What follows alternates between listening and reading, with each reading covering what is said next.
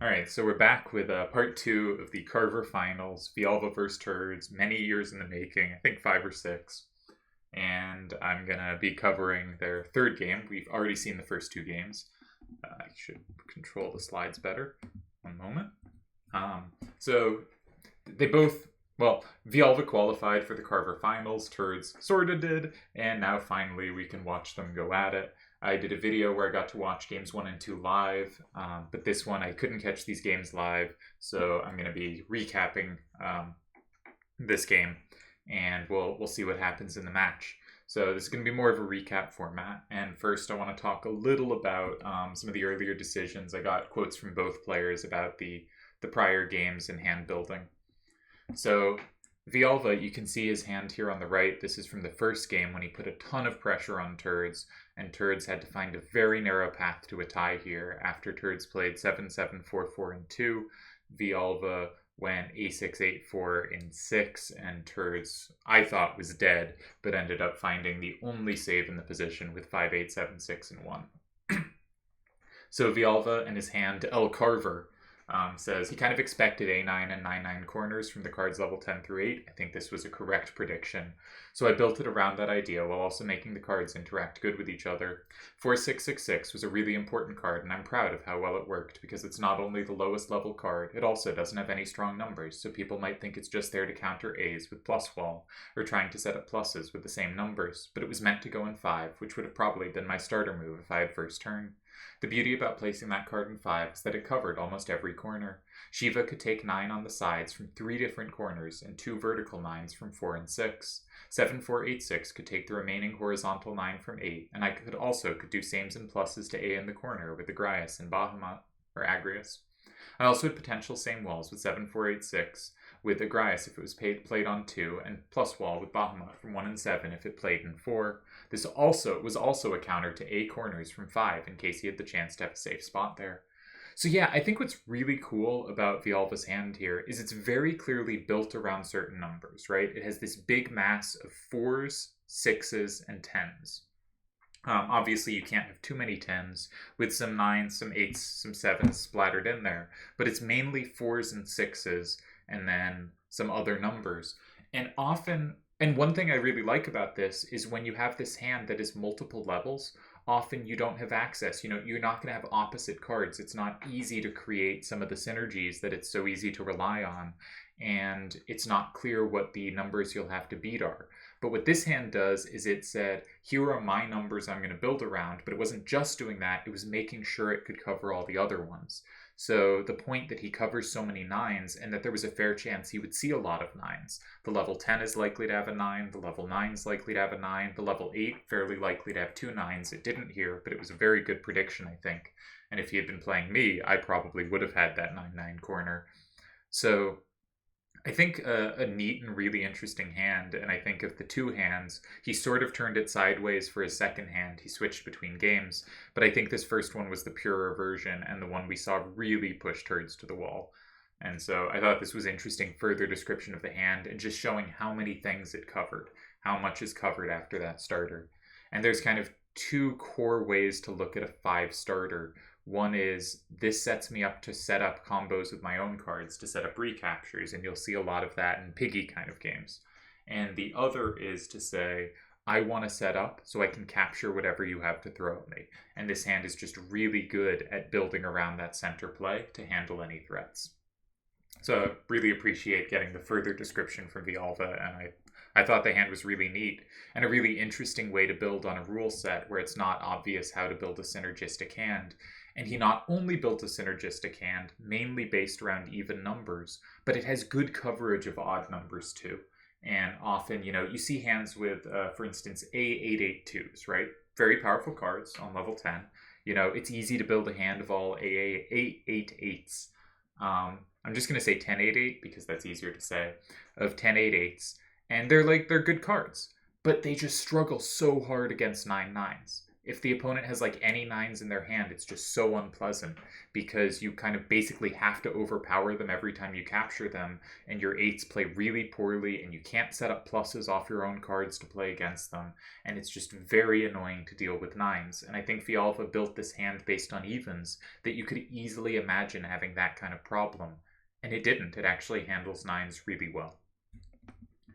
So these were his first 2 hands, and you can see the concept is basically a rotated version. And as I said, built around even numbers, but able to handle 9s. You can look at the cards and compare and see, yes, that's that card turned sideways, or something very close to it. On the other hand, we have Turdz, who I think the core sequence was the Squall and Ultima pairing, the level 10 and the level 9. And we saw those play off each other to hold the tie at the end of game 1.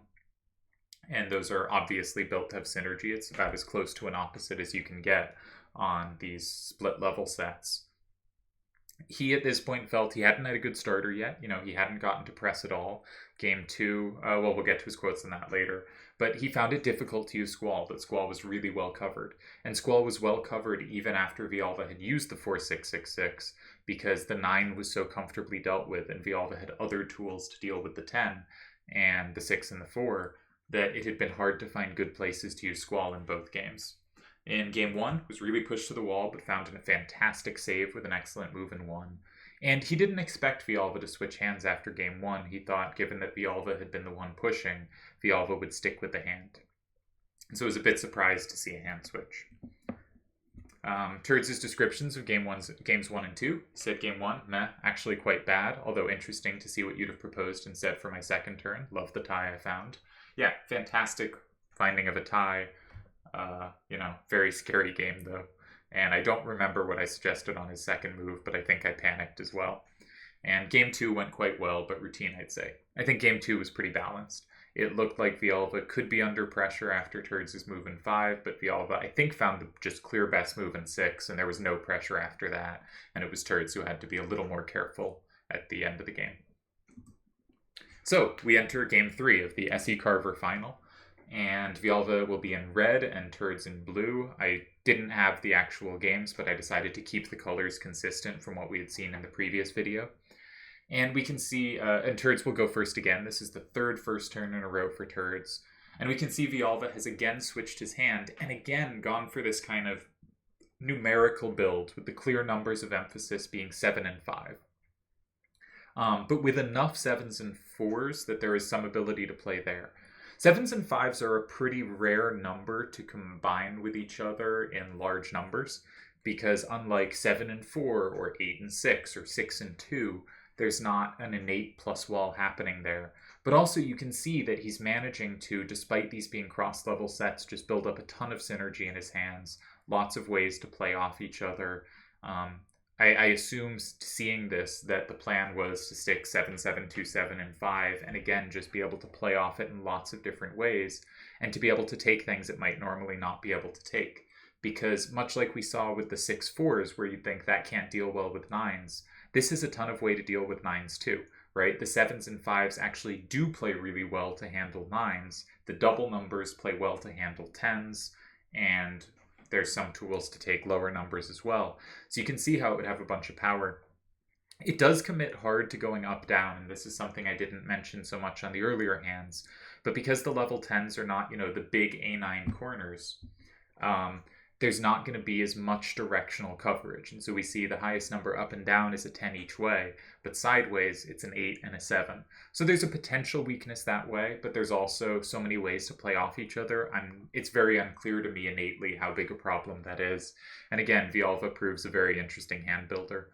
On the other side, Turdz has again not changed his hand, really thinks, these A9s are strong. I had suggested after the first 2 games, though the video hadn't gone up until this, these games happened because I didn't want to influence anything.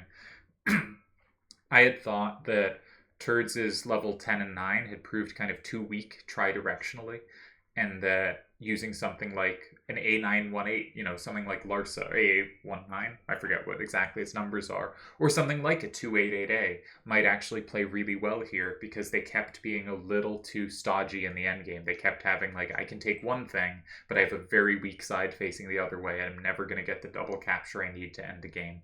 So if I was in Turd's shoes here, I would have definitely changed up my hand. But that doesn't mean, he should. I'm just saying what I would have done is I would have felt these cards are not powerful enough endgame sweepers, and my problem here is I'm not able to take enough stuff at the end. So, still though, A9s, how can you argue with that, is like basically probably the most powerful thing available, and the lower level cards have played pretty well so far. So we enter game 1, and Turdz has the starter. He does his third different starter with this hand. We saw 4, 6, 8, 7, and 3 in game 1, and it went very dangerously. 7, 7, 4, 4, and 4 in game 2, and it was a pretty comfortable tie each way. And now we get 7, 7, 4, 4 in 7. And because I'm doing too many things at once, give me half a moment to open up a new tab. I am following the third chat tournament. It's the first one I'm not playing in, but they're in the semifinals right now, and both games ended up with ties in the first game, and they're moving on to game 2, but you don't care about that. Let's get back to the Carver finals. So 7s are obviously something Villalva's hand can play really well off, but it's not so much about taking 7s, right? It doesn't have that 7-4 setup, and it's using the 7s to combine with 5s or other stuff so that it can like plus wall 8s, for instance. And so I think starting with this makes some sense on that front. And secondly, Villalva just doesn't have a capture in 8. So whatever he does is going to have to be pretty careful to set up a capture in 8, or Turdz can start building out in 4 and start building safety out. And this is a really favorable way for Turdz to build out safety. Because if we look at Turdz' hand, and we've seen the prior games, it is much more down-directed than it is up-directed, especially after using the 7-7-4-4 early, right? If you intend to get the level 6 out of your hand very quickly, you're going to be left with potentially a pretty big up weakness, where if Squall ever comes out of your hand, you have a problem. And so I think this is a nice dual-purpose move in that it directs the game downwards where you want it directed, while potentially being safe from 8. And so if you do block in 4, you build out in a way that keeps pointing the game downwards and to the left, which are generally both ways you want it pointed, because you're going to be holding on to Squall until late, both because it's your best card, your best sweeper, and also because it's the only up thing you have, so it's very risky to let go of early. And so keeping the game on that left side and going down, I think, is really where Turdz wants to direct the game. Villalva goes in 5. And this, of course, fits perfectly with his hand. He sets up a same in 8. He sets up a very securing plus in 4 with an A facing out that would be safe. And so, again, Villalva's intended setup, his low-level card in 5, just really sets up his hand beautifully. The 8-7-A4 could be a little dead here. It might not have a target to hit. And you could see the 5-7-9-5 also ending up a little miscellaneous here. But immediately has much better setups both ways than Turdz does, right? Turdz' only recapture from 8 is with A4-6-9. He has 2 recaptures from 4, both of them with a low number facing out that could potentially be plus walled by 8-7-8-4, so maybe that card's not dead at all. So I think immediately apparent that Turdz' starter is again kind of under pressure, and he has to find a move. And I didn't look too long at alternatives here, so I don't really have something to suggest, so we'll just follow along with what Turdz played, because I think it was a really interesting move, which is 4-9-A4 in 1. So we've already seen that 8-7-A4 could be a real problem in 1. If Turdz ever has to go in 4 recapturing, that card plus walls him, and he doesn't have anything. I mean, I guess 4-6-8-7 could combo that back, but this is a potential problem square, and I'm always enthused to block potential problem squares. More specifically, it is a very trappy move because it is difficult now for Villalva to play in 4. 8-7-A4 there is probably pretty solid, but uses up your level 10 early, which most players are pretty loath to do. A5-5-7 can immediately be comboed back by Squall because it flips that card in 7, and so if Squall goes in 8, it combos back. I'm not sure Squall should go there immediately, but I think I think the best move there might be just something out of the way, setting up Squall to be a sweeper later. But either way, you can see why that move is pretty scary to make. And then 5, 7, 9, 5, and 4 also flips 4, 9, 8, 4, so it's very susceptible to combos back. I think that just loses to 5, 8, 7, 6, and 2. 2, 8, 7, 7, and 4 is safe enough and doesn't flip anything. But then is the problem that Turdz has played a corner. Villalva can't attack, right? Villalva has no way to take that 9 from 2. So it's pretty dangerous to start locking stuff in like that. If Turdz then maybe goes in 8, Turdz has the safe card in 1. He'll have the safe card in 7. Can potentially do some scary stuff. And note, because 2, 8, 7, 7, and 4 doesn't flip the card in 7, he doesn't have to use Squall in 7. He can use something else in 7 and keep Squall in his hand for later. And so something like 4, 6, 8, 7, and 8 might be the move, because then Villalva wouldn't have something like 8, 5, 5, 7, and 9 because Squall covers it. So I thought this was a nice trappy move because it is hard for Villalva to take the obvious square. And there's some kind of setup attempts Villalva could do. His hand has a lot of synergy, so something like 5, 7, 9, 5, and 9 sets up a bunch of nice combo potential squares for him. I think that move looks kind of interesting. There's probably something similar in 3 with some level of interest. They keep tying these games in the chat tournament. Sorry, I keep getting distracted. Not that there's anything wrong with, good players tying, but I want results. All right, so I think there's a few ways for Villalva to handle it, but it's a tricky position. It's a nice move from Turdz. It's a tricky move. And I think Villalva finds a very nice reply with 2, 8, 7, 7, and 8. This is both a difficult move for Turdz to attack, right? A4, 6, 9, and 9 is a garbage play. So the card in 8 is likely to be fairly safe depending on the play out. But it's really a very specific move too, because Turdz's card in 1 is safe to 2. So if Turdz goes in 4, they can basically lock in 1, 4, and 7. And that is often just a crushing advantage. And one thing I've noticed following Villalva's games is I think he makes a lot of moves that are kind of very specific, right? They kind of from a fundamentals level look suspicious, and they need to work in some exact way. And he often has that exact way, and they work out just fine. And I think that's what happened here, is he found this very specific idea, and it just works. Turdz takes the square in 4, makes a lot of sense.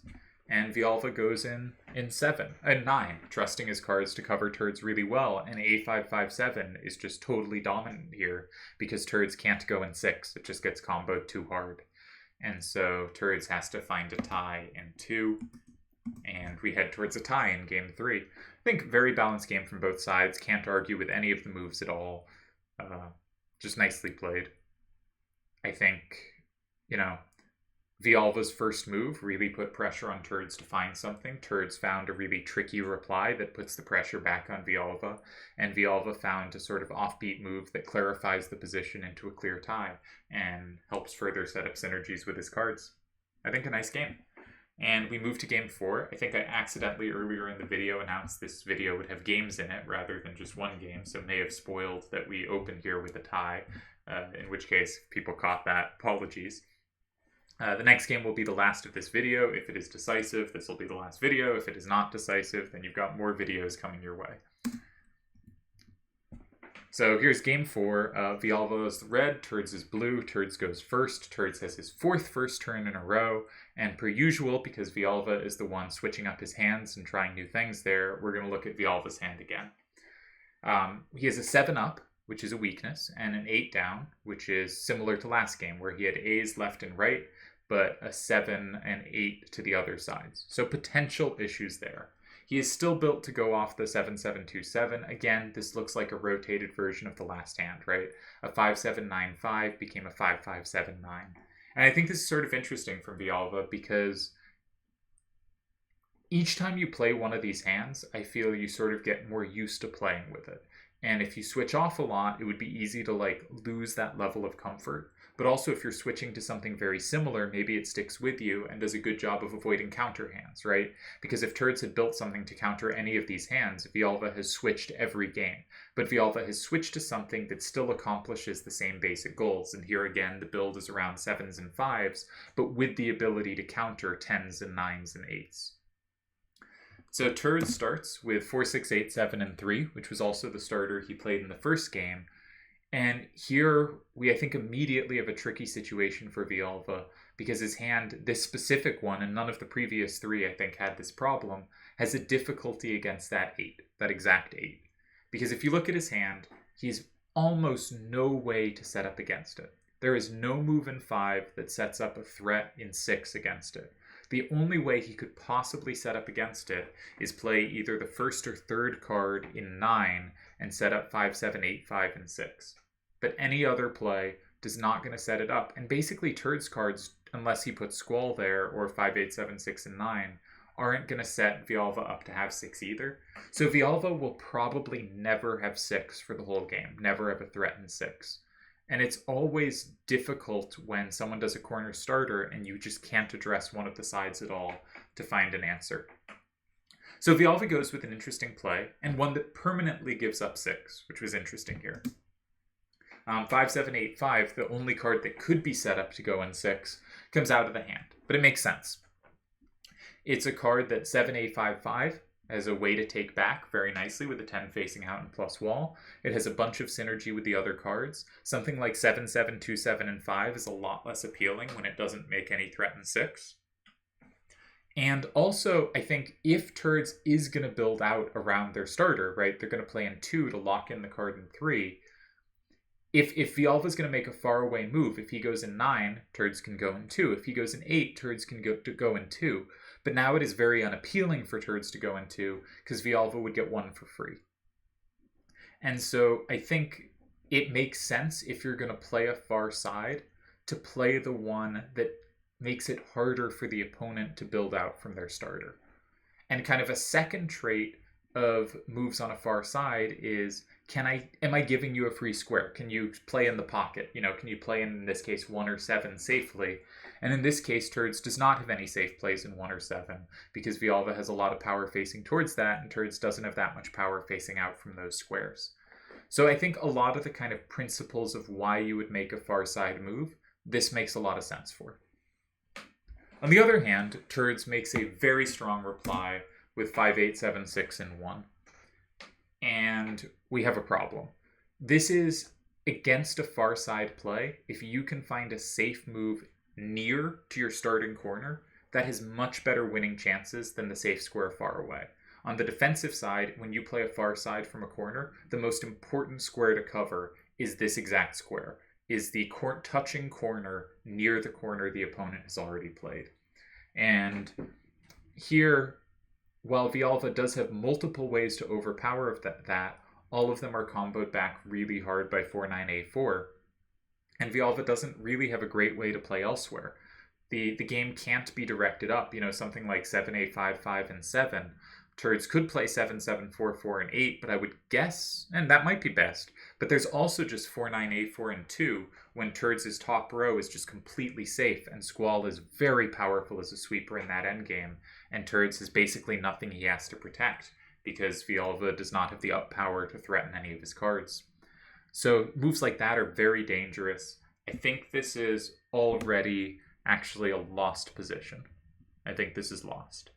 And so the question is, how are you going to find a way to complicate when you're lost? Villalva goes in 2, forcing the reaction, and using the weaker card to do so, making sure he holds on to the better card. Turdz goes in 5, and now Villalva, again, has to find a way to complicate. Now, the kind of straightforward move is to play 7-A-5-5 in 7, which would even up the score 5-5, but it just doesn't work. 7-7-4-4 and 8, Turdz is up 6-4, and Squall is very dominant at the end there. Villalva tries to complicate by going in 9, creating a threat in 8, but it's not actually that big a threat. And Turdz just blocks the square in 6, going in 8 doesn't actually combo anything. Villalva still has 7 to tie up the game 5-5. but loses 7-3, and Turdz is your winner of Carver. So huge congrats to Turdz. I think he played really well. I think basically they both played flawlessly for 3 games, and then one mistake was made and Turdz pounced. And I've been trying to keep some stats on players and randoms, and at the moment, Turdz is one of the most clinical finishers in my stats. He's actually, it's a small sample, but he's actually right now the most clinical finisher of any player I've kept track of their open games since the return to the site. So, huge congrats to Turdz. Awesome victory. This is his second SE win. It was a shorter tournament, a weird tournament, a many years tournament, but Turdz becomes a 2-time TTA winner, a 2-time special edition winner, can now make a cool special edition hand with Carver and Vincent. And huge congrats. And also great play by Villalva. I think the way he built hands was really interesting and a really neat way to approach these multi-level sets. And there's a lot going on. I've got a bunch to say. But first, I want to go back to what I think the decisive moment was, which is here, Villalva played 5-7, 8-5 in 4, and I think that was the losing mistake. And so I just want to find some other moves that I don't think we're losing here, which is not to say this was like, oh, there were so many ways to tie, what a terrible move, but just to say I think the position's pretty interesting, and I spotted some ideas, and I thought they were neat. So one is, if we're going to play in 4, I talked about a bunch of kind of heuristics for playing the far side. One is, if they're going to build out from their safety, we want to punish that. So playing 4 makes more sense than 8, because their way to build out is in 2. If we go 4, they go 2, we have a safe square in 1. If we go 8 and they go 2, we don't necessarily have a safe square anyway. So if we see they're going to build out to 2, blocking 4 is a really sneaky logical move, because it means we then get 1 for free. Any move in 4 achieves that. The second thing is we really want to have 1 covered, and secondarily we want to have 9 covered. And in the game it turned out, playing 5-7, 8-5 in 4 failed to cover 1. Turdz did find a way to play there, and it proved winning. Now, that mostly happened because it turned out that stray 7 facing towards 5 actually set Turdz up really well, because it meant 4-9-8-4 had the combo on both of Villalva's 7s down on his 2 leftward facing cards. So we do potentially have the issue here of the 5-7-7A and the 5-5-7-9 are quite redundant, and thus if you have to play one or the other of them, often the same card can punish both. And so that can be a potential weakness to these 2 cards. We could also imagine either of them going into 8, Squall could potentially plus wall back from 9, and they're not, the same number facing out, but again, a sort of problem of repeated issue values that a single opponent card can take advantage of 2 of your cards. But I wanted to just highlight another heuristic I have for playing cards in far sides against a corner, which is, I'm not sure exactly why, but it's sort of stuck in my head, and I think it's a useful thought, is often you're playing one of these far sides when you just don't know what to do, when you don't have a good inbuilt answer to what's going on, and you're kind of a little bit panicked, and, it's when there's not a clean reply. You didn't have that center play you liked, or, an adjacent corner you liked. And I think one tip is to use the card with the least power facing towards their starting card, even if that card had no captures either way. And so I sort of, my instinct might be 5-5-7-9 and 4 if I was going to play in 4. And I think this happens to be a better move because the same line doesn't work. If Turdz goes 5-8-7-6 and 1, Villalva can play 5-7-7-A and 2, and Turdz does not have the same combo they had in the game. So yes, the reason why it doesn't work is very specific, but I find those specifics work out a little better when using the card that has the least power facing towards their starter. And I think just when trying to play far side moves, this is just a useful thing to have in mind. Even if your card has not enough power facing it to take it, things work out a little better if you chuck the one with more power facing away. But there were some other ideas here. I was curious what happens if Villalva goes with the core idea of the hand, 7-7, 2-7, and 5, right? It doesn't set up in 6, but it is the synergies he wants, and does set up a really nice same in 2 if wanted, and just is what the hand wants to play. So I was curious what would happen there, and the line I checked, though there are of course many ways the game can go, moves in 5 really allow a lot of room to do different things, was if Turdz blocks 2, tries to build out safety with 5-8-7-6, or, 7-7-4-4 probably there too, Villalva can play 5-7-8-5 in 1, grab whatever card is in 2, and Turdz' only way to capture the 5-7-8-5 is with A4, 6, 9, and 4, and Turdz cannot use up all his upward power when the game is so upward directed. So I think this idea of go in 5, if they block 2, I have 1, works really well against Turdz' hand, which lacks up power. And so one cool line is, if Turdz actually takes that with A4, 6, 9, and 4, so Villalva here has gone in 5, Turdz has gone in 2, Villalva has gone in 1 with 5-7-8-5, Turdz goes in 4 with Squall, Villalva actually can get away with 7-A-5-5 and 7 there, because even though it can get plus walled back by 7-7-4-4 and 8, that flips the card in 5, which can then be comboed from 4 by 5-7-7-A, which then from 6, by 5-7-7-A, which then flips Squall in 4, and we get a nice combo, and that is winning. So some nice lines there, but I thought when a hand has this much synergy, even if it looks kind of terrible because you've given up on taking something forever, because 5 should be your setup move and it doesn't actually set it up here, I thought here 7-7-2-7 did work in 5. And then 2 more ideas I had. One was just block the just take the way you can take and just give up on the other square. Play 7-A-5-5 and 2 and just try to force Squall out of their hand. And also just say, I never can take from 6, but I don't have to. I'm just going to take from 2 and force the action and see what happens. Now, this gets hit really hard, it looks like, by 4-9-8-4 and 1, but that can be comboed back by 5-7-8-5, so that's not a problem. If we get Squall out of their hand with A4, 6, 9, and 6 as the response, then maybe 5-7-8-5 and 1 is good enough, because there's just so little upward power, right? And you could see if Turdz uses up to try to grab a second card in the top row, plays something like 7-7-4-4 in 5, Villalva can keep just building downward, and I think goes in 4 there, and should be able to tie because Turdz is so weak going up. There is a problem with that one. I think 7-A-5-5 and 2, it's a difficult position to save if they play... excuse me. If they play something in 4, because that blocks the combo back. 4-9-8-4 is suddenly a really big threat in 1, and if Turdz can set up a threat in 5 as well, that could be really dangerous.